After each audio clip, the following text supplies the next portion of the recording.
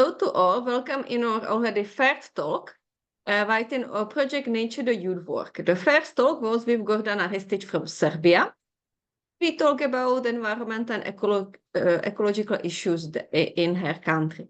The second talk was focused on green career consulting, and it was in the Czech language. Now we are going back to English. And we have a great guest today with us. It's Katerina Zlatanovska Popova, and she's representative of META, which is Macedonian Artisan Trade Association. And why we invite Katerina, we have two great reasons. Firstly, she's now involved in great Erasmus Plus project tackling the topic of fast fashion. And when we export these environmental and ecological issues, we came to the conclusion that fast fashion is one of them. And also we would like to a little bit more talk with her about what META do, because it's again all connected, I think, with more supporting the sustainable approach and stop the overconsumption, which we all do. So thank you very much, Katerina, that you accept our invitation. Yeah, I'm so happy and glad to be part of this special podcast. Thank you. And I have right to the questions. So you have a now project which is focused on stop fast fashion. Can you a little bit talk more about the project, from where the idea came from, with whom you are working together? And I also know that you already had some activities. So can you a little bit walk us through so we know how it looks to tackle such a topic in the context of youth work? Yeah, super. Thank you very much for this opportunity to present our project. This is the project under Erasmus Plus program. It's a small-scale VET, and the basic idea is to empower educators and VET teachers with different materials and videos and exercises and activities that they can do among during their job with the students and during their classes in schools. That is the essential part of the project. One of the outcomes, of course, that we are planning to have. But another one, which is very important for us in our consortium, together with the Polish organization FERI, is to raise awareness and to educate. And this is not only and strictly to education and to VET, but mostly to the broad audience. So our idea of having this project is actually to create webinars and to create video materials that can promote this idea of reducing waste or reducing consumption of textile, reduce shopping even, and educate young population, young people especially, how they actually can be more conscious, more aware of different possibilities that they have, and how they can wisely use their wardrobes. Yeah, it's very nice that you finished by the wardrobes, because when we did our international training, right, in our project, one of the tips which the participants were sharing was, for example, to create capsula wardrobe. You know, like an approach that we really don't just buy like a lot of stuff. And I'm really glad that you address the topic of fast fashion, because I think it is a problem, like not just in in Macedonia, but also in Poland, in the Czech Republic, all around the world. Yesterday, I was, for example, shocked when I discovered how many clothes which are not sold are completely going to the waste and will be just bare. So I really find it a very important issue. I have a question for you because Yeah, sorry. Sorry for interrupting now your thoughts. Do you think that people are like, I think that many people are aware of it, but do you think that people after are like, really understanding how important is to kind of don't buy the fast fashion? How was the reaction around, like when you, for example, have the first webinar? Yeah, well, according to our findings, the research that we made, as you mentioned, we were really surprised from the numbers we got. And one of the things that I want to mention is that it's estimated that 20% of industrial pollution of the water comes from the textile industry because of the chemicals used for dyeing and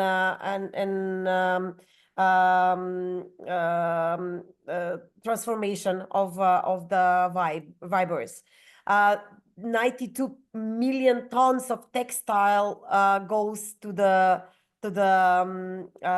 garbage collection centers, which is immense number, talking about something that we don't see as a threat, and some of us actually are really addicted to shopping. So talking about this in our project was very important. And what we did as a first step, let's say, we organized a webinar. And prior that webinar, actually, we created a contest during the Erasmus Plus days. And we invited everyone who is willing to create a kind of a video or a blog to send us the materials and help us bring this topic on the table. And we got wonderful videos and from Poland and Macedonia, of course. And this is encouraging because most of them are not connected with activism or with the fashion industry of some kind, but it's just a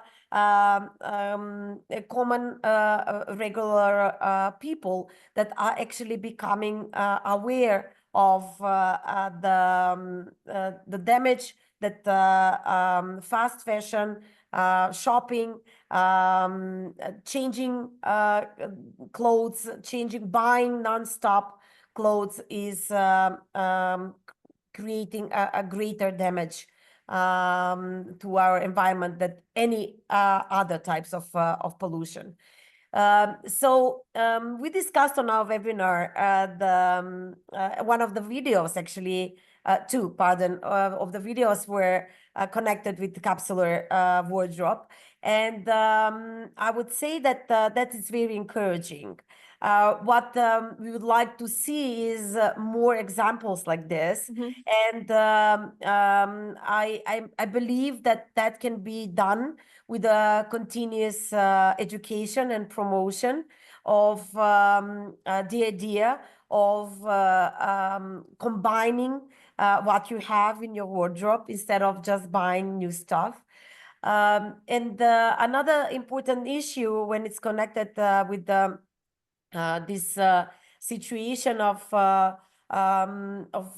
buying stuff or the fast fashion changing, the big fashion companies are now having a spring and mid-spring and summer and mid-winter collection. So, but basically, the whole year you have minimum 4 to 6 editions of the new wardrobe coming to the shops.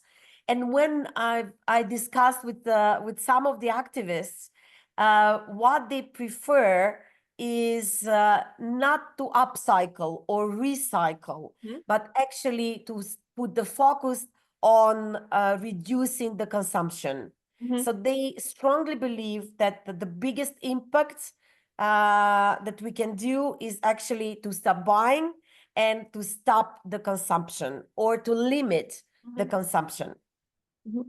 I think it's very nice message, also considering that the Christmas season is coming. Yes. And it's like now past Halloween. Yeah, and we were all, and it's always something and targeting by the Halloween stuff. And now the Christmas is coming. And for me, somehow, when I think about it, especially in the recent years, in Czech Republic, it's really focused on the consumption, like that you need to buy this. And already from September, we are like bombarded by the messages. And that leads me to the second part of this interview, which I would like to focus on meta work, because you work with artisan artists. And I also see it like you might agree, you might not agree, like a one way how we can a little bit stop the consumption. Because I think that the way can be in supporting really people which focus on handmade stuff. And of course, I know that people say, yeah, it is more expensive, but I think this is the way how we really think what we should buy or if we really like it. And also we are supporting someone which creates something, let's say, more unique than when we are ordering it from like China. How you see like your work in with Mata, like regarding like supporting this artist, and do you think that people are willing to pay a little bit more for something like what is much more quality and has the story inside? Mm-hmm. It's a wonderful insight that you just shared, and it's part of our strategy and our idea. Practically, we all talk about sustainability, but sustainability goes deeper into what you were just saying, by supporting someone that is creating art from scratch, supporting artisans, supporting individual designers, supporting even young entrepreneurs that are willing to join the entrepreneurial industry. I would say that is the best way how we can talk about sustainability. Because you close the cycle. You not only go and sponsor mass industry or mass production, but you practically connect with that personal brand or particular artisan. So I think that the biggest value is in the story that you are supporting. We do have a lot of single moms, for example, that knows different crafts, and this is either only or additional income for them. So practically buying from the local producers, buying from the artisans, you are not just giving them confirmation that they do something good and that they're beautiful, but you're also helping them to continue what they're doing. And sometimes you actually supporting their life, their family, or much more. So this is what we see under sustainability, and this is what we like to promote.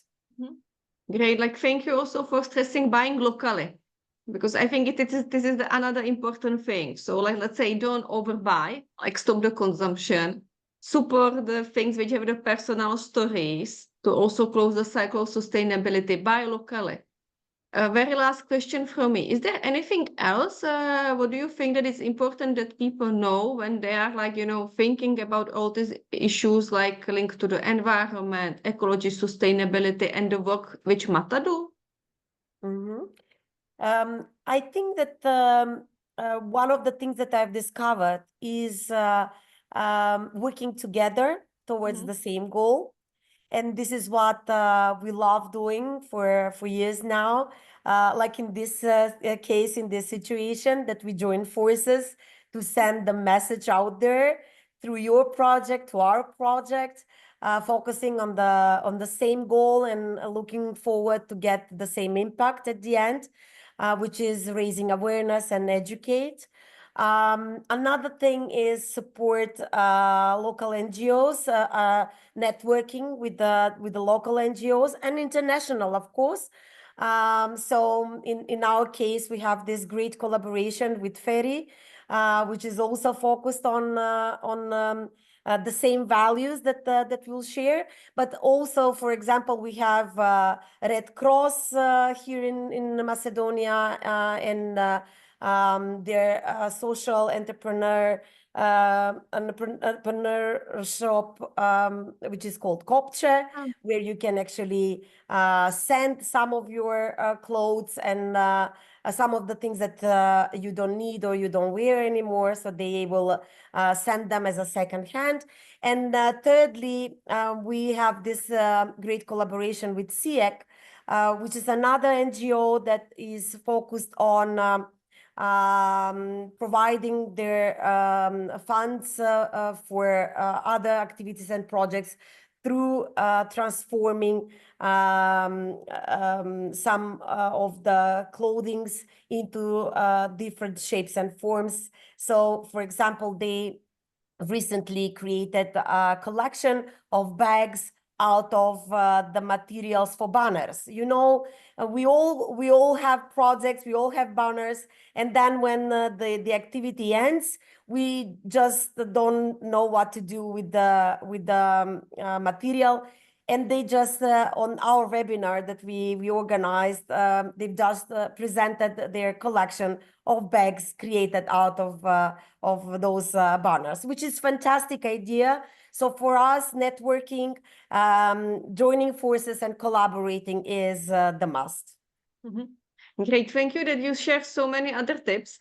And also like with what is happening in Macedonia, I would love to like encourage anyone who is listening us to also check out what is happening around them, because I do believe that in all local communities we can find great initiatives. And I really like the one about the banners, because I'm really sure that in our office there are also some banners which are just getting very dusty. So thank you very much, Katerina, for your time. Thank you, anyone who are listening. You can also check the other podcasts, and I am wishing you good success with the Stop Fast Fashion project.